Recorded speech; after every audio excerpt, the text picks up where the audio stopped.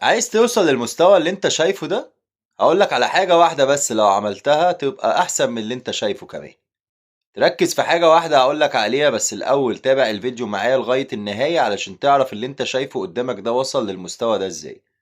وركز معايا عشان أقولك معلومات مهمة جدا، بس في الأول اعمل لي متابعة وسيب لي لايك وسيب كومنت وقول انت بتتابعني منين وبتتمرن سباحة فين. احفظ الفيديو عندك يا بطل علشان لو جاتلك الفرصة انك تنزل تتمرن سباحة تبقى عندك معلومة وعندك شوية حركات تبدأ تأديها بشكل كويس توصل للمستوى اللي انت شايفه ده. المستوى اللي انت شايفه ده الناس دي وصلت لكده علشان عملوا حاجة واحدة بس، علشان التزموا في التمرين.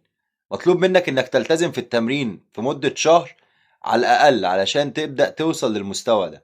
المستوى ده اتعلم سباحة الحرة في وقت قليل جدا علشان التزم في التمرين، وعلشان ركز في الحركات اللي هو بيتعلمها وبدأ يطبقها بشكل كويس ومستواه اتطور جدا. مستويات بتبدأ عندنا من الصفر لغاية لما توصل ان انت تبقى بتعوم الاربع عومات بشكل محترف. حتى لو انت عايز تعلمهم وتبقى مدرب شاطر، تابعني عشان تعرف ان انا كل يوم بنزل لك معلومة، بنزل لك فيديو بقول لك تعلم سباحة ازاي، مسكات ازاي، الاخطاء الشائعة ازاي، توصل بالمتدرب اللي معاك من مبتدئ لمحترف.